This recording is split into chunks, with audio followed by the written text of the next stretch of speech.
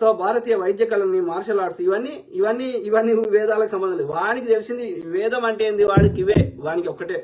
ఈ ఆర్య బ్రాహ్మణులకు సంబంధించి ఇవి ఒక్కటే. ఏది, ఆవు అని వానికి ఆరాధ్య దైవం. ఓకే, మీరు కావాలంటే ఆ పేగిజం కానీ జొరాస్ట్రియన్ చదవండి, ఇంకో హిటైట్ కల్చర్ చదవండి, మీకు అర్థమవుతుంది.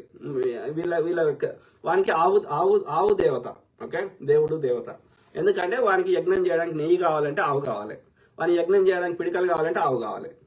ఎందుకంటే పెండ, ఎందుకంటే వీనికి ఆ కట్టెలు కొట్టి దాని యొక్క యజ్ఞానికి వాడవచ్చు అన్న జ్ఞానం లేదన్నట్టు. ఆ కట్టెలు కొట్టడానికి కావాల్సిన పనిముట్లు వీని దగ్గర లేవన్నట్టు.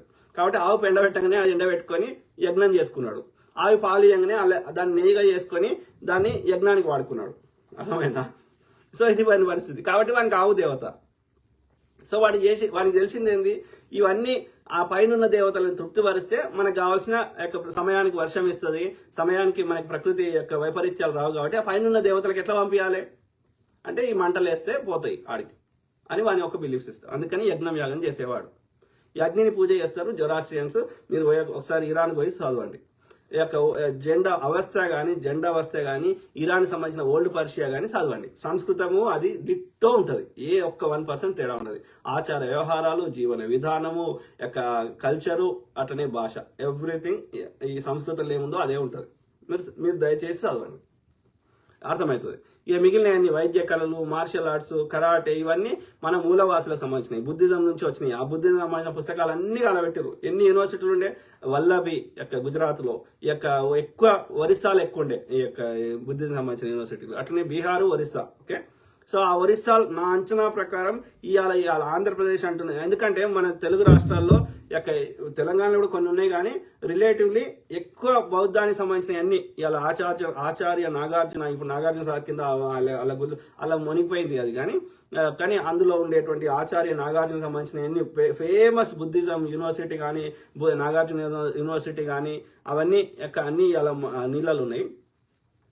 అంటే ఆ ప్రాచీనమైనవి. అవి కాకుండా ఇంకా అనేక చోట్ల ఆంధ్రప్రదేశ్లో ఈ అమరావతి, లేకపోతే అక్కడ ఈ విజయనగరం జిల్లాలు అనేక చోట్ల బౌద్ధిజానికి సంబంధించిన, ఇంక్లూడింగ్ ఖమ్మం వరకు కూడా, ఖమ్మము, ఈ నల్గొండ వరకు కూడా ఉన్నాయి. అంటే నా అంచనా ప్రకారం అప్పుడు ఈ ఒరిస్సా కళింగ సామ్రాజ్యంలో ఈ ఆంధ్రప్రదేశ్, ఇక్కడ కొంత తెలంగాణ అంటున్న కొన్ని భాగాలు తప్పకుండా కళింగ సామ్రాజ్యంలో ఉండే. అంటే అక్కడ ఉన్న రాజు ఈ బుద్ధిజానికి చాలా వ్యాప్తి చేశాడని అర్థం. అర్థమైందా? ఈ కళింగ సామ్రాజ్యంలో అది కారవేలుడా మరి ఇంకెవరెవరో రాజు ఎవరో, కానీ సో ఆ శాసనాలు చదివితే అర్థమవుతుంది. ఓకే, అర్థమైందా? అదే వేద విజ్ఞానాన్ని కాబట్టి ఇక బుద్ధిజాన్ని వాళ్ళు తప్పు చెప్తున్నారు. అదే వేద విజ్ఞానాన్ని యూరప్ దేశాలకు తరలించడానికి అదే బౌద్ధ భిక్షుల మధ్యధర ఎర్ర సముద్రాల ద్వారా కాపుగాసి ఆ అలెగ్జాండర్ను భారత్లోకి సులువుగా ప్రవేశించేందుకు సహకరించి తక్షశిలను దోచుకునేందుకు చేసిన ప్రయత్నాల్లో, తక్షశిల అనేది బుద్ధిస్ట్ సైట్. మీరు పోయండి, అక్కడ ఈ మ్యూజియం ఉంటుంది తక్షశిలలో, ఇప్పుడు టాక్సిలా అంటారు, అప్పుడు తక్షశిల అంటారు. సో పోండి, అక్కడ అన్ని బుద్ధిజం సంబంధించి ఉంటాయి. గాంధార శిల్పకళ ఉంటుంది. అర్థమైందా? సో ఇక ఆఫ్ఘనిస్తాన్లో కూల్చింది అయితే చూసినాం కదా, అదంతా ఒకటే కింద ఉండే. ఎర్ర సముద్రాల కాపుగాసి భారత్లోకి సులువుగా ప్రవేశించి తక్షశిలను దోచుకునే ప్రయత్నం చేసిన విజయం సాధించారు. తక్షశిల నుంచి 40,000 గ్రంథాలను దోచుకెళ్లి వాటిని గ్రీకు, లాటిన్ భాషల్లోకి అనువాదం చేసుకుని భారతీయ గ్రంథాలను తగలబెట్టారు. ఇది బుద్ధిజానికి సంబంధించింది. ఇది సనాతన ధర్మంలో జ్ఞానమే లేదు. Let's make it simple.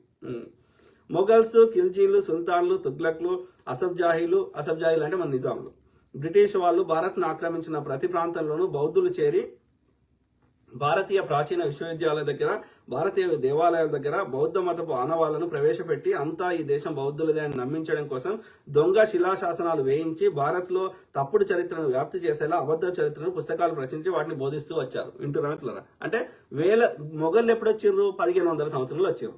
Okay, Babur వచ్చిండు. బాబర్ ఎందుకు వచ్చిండు? ఢిల్లీ సుల్తాన్లకి వాళ్ళకి పడక ఆ బాబర్ని తీసుకొని వచ్చారు. ఓకే, మొఘళ్ళు అంటే మంగోళ్ళు అంటే ఈ యొక్క చైనీస్లకి ఎట్లుంటారో అట్లుంటారు వాళ్ళు. ఖిల్జీ అంటే ఆయన బానిస వంశస్థానికి చెందిన ఆయన. ఆ గజని వచ్చేటప్పుడు అప్పుడు ఈ యొక్క ఆఫ్రికాలో ఉన్నటువంటి వాళ్ళని బానిసలు కొనుక్కునేవారు, వ్యక్తులని ఈ బానిసలుగా. సో అట్లా ఆ ఖిల్జీని కొనుక్కున్నాడు, ఆ బానిస వంశానికి చెందిన ఆయన. ఓకే, ఇక ఢిల్లీ సుల్తాన్లు మోస్ట్ ఆఫ్ ద ఢిల్లీ సుల్తాన్లు అయితే టర్కీ నుంచి వచ్చిర్రు, లేదంటే ఆఫ్ఘనిస్తాన్ నుంచి వచ్చిర్రు. ఓకే, ఆ పఠాన్లు కానీ వాళ్ళు. తుగ్లక్లు వీళ్ళంతా అదే Turkey main Turkey. Okay, Asaf జాహీలు అంటే వీళ్ళు ఆఫ్ఘనిస్తాన్ నుంచి మన ఇరాన్ నుంచి వచ్చినారు. ఈ అసఫ్ జాహీలు ఏంటంటే ఈ మొఘళ్ళు కానీ అసఫ్ జాహీలకి యొక్క తండ్రి ఏమో మంగోలియా అయితే యొక్క తల్లి సైడ్ ఏమో ఈ పర్షియా. ఓకే, తైమూరు తర్వాత ఈ యొక్క చెంగిస్ ఖాన్ లేదంటే చెంగిస్ ఖాన్ అంటేనేమో మంగోలియా. ఓకే, ఇలా ఉజ్బెకిస్తాన్లో ఉన్నదేమో యొక్క సమర్ఖండ్ అనేదేమో ఈ యొక్క పర్షియాలు ఉండే అప్పుడు ఓల్డ్ పర్షియాలు. సో వాళ్ళు ఏంటంటే ఈ యొక్క పార్షియన్లు. ఓకే, సో కాబట్టి ఈ యొక్క ఢిల్లీ సుల్తాన్లు తుగ్లక్లు మాత్రం టర్కీ. ఏది ఒక్కడు ఆయన పేరేంది సూర్య ఏదో ఉన్నాడు, ఒక్కడు మాత్రం ఆఫ్ఘనిస్తాన్. ఓకే, ఆఫ్ఘనిస్తాన్ కూడా ఈ పర్షియా కింద ఉండే 50-50. సో ఇది బ్రిటిష్ వాళ్ళు భారత్ను ఆక్రమించిన కాబట్టి బౌద్ధులు ఎక్కడి నుంచి చేరిర్రా? బౌద్ధులు ఎప్పటి బౌద్ధులు ఏది ఇంచుమించు 2400-600 సంవత్సరాల కింద ముంచడం బుద్ధిజం. అది గౌతమ బుద్ధుంది. ఇక మిగతా బుద్ధులు ఇక ఇంకో 3000 సంవత్సరాలు. మళ్ళీ వీళ్ళు అంత ప్రాచీన బౌద్ధాన్ని పట్టుకొని వీళ్ళంటే బౌద్ధులని శిలాశాసనాలు 3000 సంవత్సరాల కింద శిలాశాసనాలు ఎట్లేస్తారు? ఏదో చెప్తే కూడా అతికేటట్టు చెప్పాలి కదా. మీరు వలస వచ్చిండ్రు ఈ యొక్క సనాతన ధర్మానికి చెందిన వారు. ఆఫ్రికాలో ఒక్క తెల్లోడు లేనప్పుడు భారతదేశం తెల్లోడు ఎక్కడున్నారా? బ్రౌన్ స్కిన్ లేదంటే డార్క్ బ్రౌన్ స్కిన్ ఉంటుంది. అట్లాంటి వాళ్ళు తెల్లోళ్ళు ఎట్లా వచ్చిర్రా? మీరు వలస వచ్చిర్రు. క్రిస్టియన్, ఇస్లామిక్, బౌద్ధం ఈ 3 మతాలు కేవలం బౌద్ధం కూడా చేర్చిండు. చెప్తాం. ఓకే, క్రిస్టియన్, ఇస్లాం అంటే వేరే దేశంలో పుట్టినాయి కాబట్టి కొంత అనుకోవచ్చు. కానీ బౌద్ధం ఎక్కడి నుంచి వచ్చింది? బౌద్ధం భారతదేశమే పుట్టింది కదా. బుద్ధుడు ఎక్కడ పుట్టినరా? చెప్తాను నా కొడుకు. ఈ 3 మతాలు కేవలం సనాతన ధర్మాన్ని డెఫినెట్లీ సనాతన ధర్మాన్ని లేకుండా చేయాల్సిందే. ఎందుకంటే అది బ్రాహ్మణుడు పైన ఉండడానికి, వాడు ఆర్య బ్రాహ్మణుడు వాడిని పైకి ఉండడానికి రాసుకున్న పుస్తకం కాబట్టి అది కలబెట్టాల్సిందే. మాత్రమే లక్ష్యంగా విమర్శ పాలు చేస్తూ వాస్తవాలు మాట్లాడతాం. వాళ్ళందరి లక్ష్యం ఒకటే, సనాతన ధర్మం రూపంలో ఉన్న వేద విజ్ఞానాన్ని, వాళ్ళ వేదం లేదు, విజ్ఞానం లేదు, మనం లేదు, మోసం లేదు. ఆ బుద్ధిజంలో ఉన్న అవన్నీ కాపీ కొట్టిండాడు. ఆ కాపీ కూడా చక్కగా కొట్టరాలేవానికి. అందుకే చెత్త ఉంది. అది ప్రాచీన ప్రపంచం మనుషుల ఆనవాళ్ళం లేకుండా చేయడం అనగా రామాయణ మహాభారతం హిందూ శబ్దం చూపెట్టడం ఎత్తులారా. కాబట్టి అది సనాతన అధర్మం మాత్రమే. కాలాల చరిత్రని ఈ భూమి మీద లేకుండా చేయడం వాళ్ళ అసలు లక్ష్యం. ఎందుకంటే సైన్స్ అండ్ టెక్నాలజీని సృష్టించింది చూపెట్టండి మీకు. రామాయణ మహాభారతంలో ఒక్క సైన్స్ చూపెట్టండి మీకు. ఆయన చెప్తాడు, చాగంటి చెప్తాడు, జింక స్ఖలనం చేసిందంట, అది ఏమో చేప మింగిందంట. అప్పుడు వాళ్ళకి చేప పిల్లని కన్నదంట. ఆ స్ఖలనంది అంత భూమి మీద పడి అది నీళ్ళలో ఉండి, అది నీళ్ళలో కరిగిపోకుండా ఉండి, ఆ చేప నోట్లోకి తింటే అది పిల్ల ఉడుతుందంట, అది మనిషి ఉడుతుందంట. అంటే చెప్పితే కూడా 1% ఎక్కడన్నా మ్యాచ్ కావాలి. ఆడ మగ ఆ యొక్క అండము, ఆ శుక్రకణము, అది ఆ పర్టికులర్ టెంపరేచర్లో పర్టికులర్ టైంలో అది సేమ్ జెండర్ కలిపితే వస్తుంది. జంతువుకి మనిషి కలిపితే రాదు అట్లా. అంటే చెప్తే కూడా 1% కూడా నిజానికి దగ్గర ఉండాలి కదా.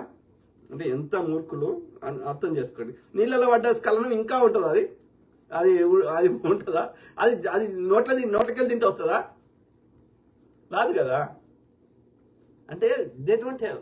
ఒకసారి కడుపులో పోయినాక యాసిడ్స్ ఉంటాయి కదా, కడుపులో ఉండే యాసిడ్స్ దేన్నైనా అది చంపేస్తాయి కదా. అంటే చెప్తే కూడా 1% రియాలిటీ దగ్గర చెప్పాలి. ఇక వింటారు కదా ఎడ్డి జనాలు అని చెప్పి ఇక చెప్తూనే ఉంటాడు ఇట్లాంటి. ఇదే ఇప్పుడు చాగంటి చెప్పేదంతా వేద జ్ఞానమే. ఆ వేద జ్ఞానంతో తయారు చేయండి. తయారు చేస్తే చెప్పండి. నేను అమెరికా ఎక్కడైతే పేటెంట్కి సంబంధించినదో తీసుకుందాం.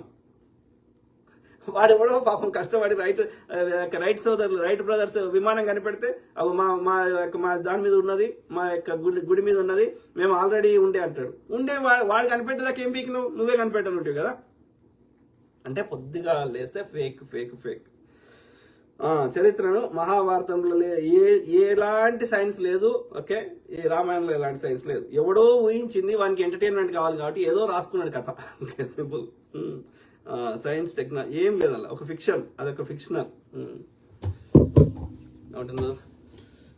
Prem Kumar, rest in peace, BJP. Correct కదా. ఎవరు? మనోజ్ కుమార్ యోహాన్.